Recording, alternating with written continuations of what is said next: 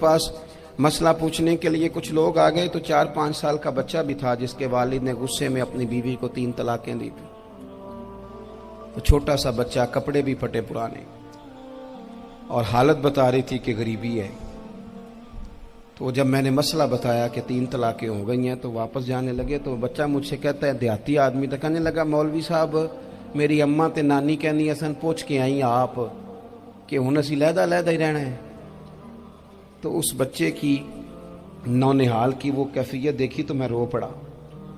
मैंने कहा यार ये बच्चा बेचारा माँ बाप के होते हुए ये यतीमों जैसी जिंदगी गुजारेगा क्योंकि बाप ने तलाक दे दी।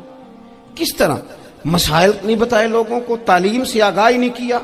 और इसमें बहुत बड़ा जुल्म है उन लोगों का भी जो जनाजे पे खड़े होके तो कह देते हैं, मेरी तरह के लोग अच्छे उलमा की बात नहीं करता, वो कह देते हैं देखो जी लोगों को जनाजा नहीं आता। भैया आपने किस दिन इशा के बाद क्लास लगाई थी जनाजा सिखाने की? ये तो आपने कह दिया लोगों को कुरान जी ठीक नहीं आता।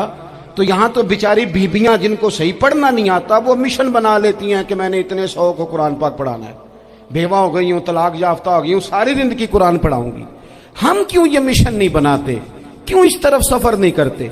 एक तो दीनी मालूमात में, दीनी उलूम में अपने आप को लगाएं और ज़ौक़ पैदा करें कि जो चीजें मुझे नहीं आती मैंने वो सीखनी है, जो मामलात मुझे नहीं आते मैंने उनकी तरफ सफर करना है। एक तो अपना ये मिजाज बनाएं।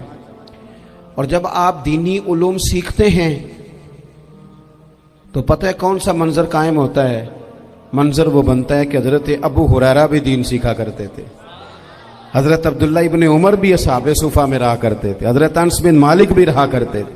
और ऐसा मंजर बनता है कि हजरत सैयदा खतीजतुल कुबरा रज़ी अल्लाह तआला अन्हा फरमाती हैं, सैयदा फातिमा हुजूर की गोद में बैठी होती थी और नबी पाक से बातें पूछती थी और हुजूर उन्हें बता रहे होते थे। सैयदा आयशा हुजूर से दीन की बातें पूछती।